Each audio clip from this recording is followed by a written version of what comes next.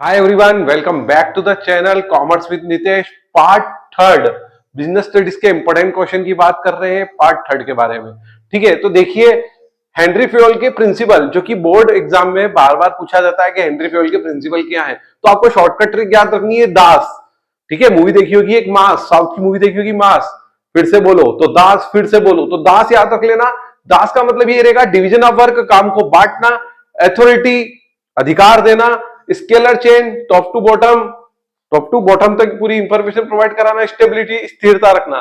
ठीक है, तो दास याद रख देना, division of work, authority, scalar chain, stability, ये 4 पॉइंट लिखने रहेंगे।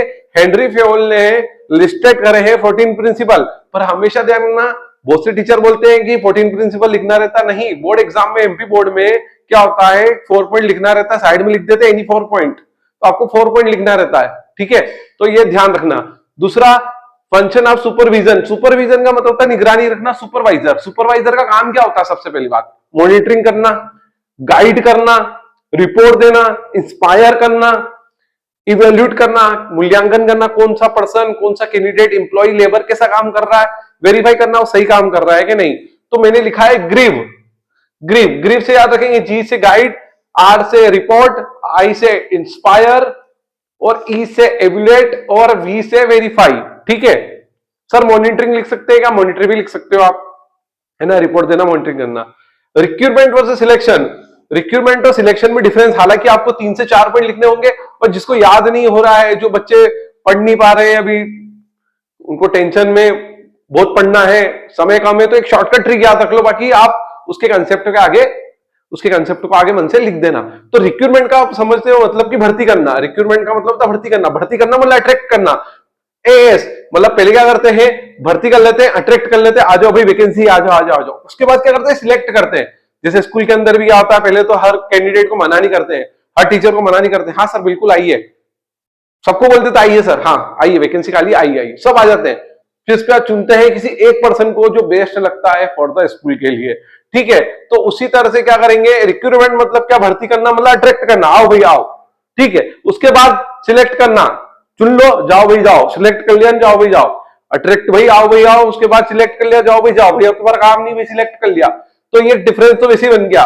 ठीक है, प्रोसीजर ऑफ सिलेक्शन, जब किसी पर्सन को सिलेक्ट करते हैं, किसी कैंडिडेट को सिलेक्ट करते हैं, तो उसकी प्रोसेस क्या होती है, भर्ती करने के बाद, सिलेक्ट करने के बाद उसकी प्रोसेस क्या होती है, सिलेक्ट में उसकी प्रोसेस क्या होती है, मतलब सिलेक्शन में उसकी प्रोसेस क्या होती है।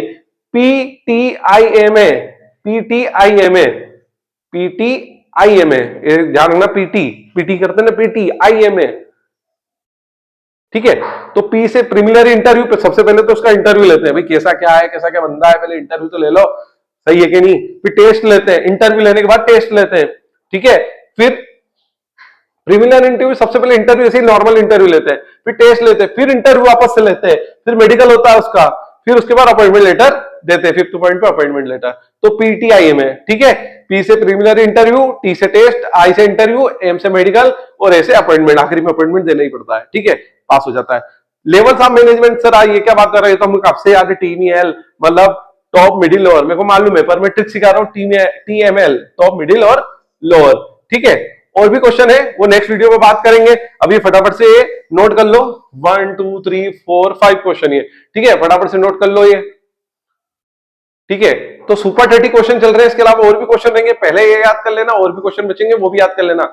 सर एमसीक्यूज, एमसीक्यूज में मैं अपलोड करूंगा, फटाफट से आप एमसीक्यूज भी देख लेना, और बहुत क्रिंग एमसीक्यूज है, अगर आप वो पढ़ लोगे तो स्कोर कर लोगे आप, नहीं करके तो 32 मार्क्स तो मेरी पूरी इच्छा है, पूरा मेरे को लगता है कि आप 32 मार्क्स तो कवर कर लोगे अगर वो पढ़ लोगे तो। मैं एमसीक्यूज भी डालने वाला हूं। ठीक है, तो थैंक यू सो मच। कोई क्यूरियस हो तो आप कमेंट करें। ठीक है।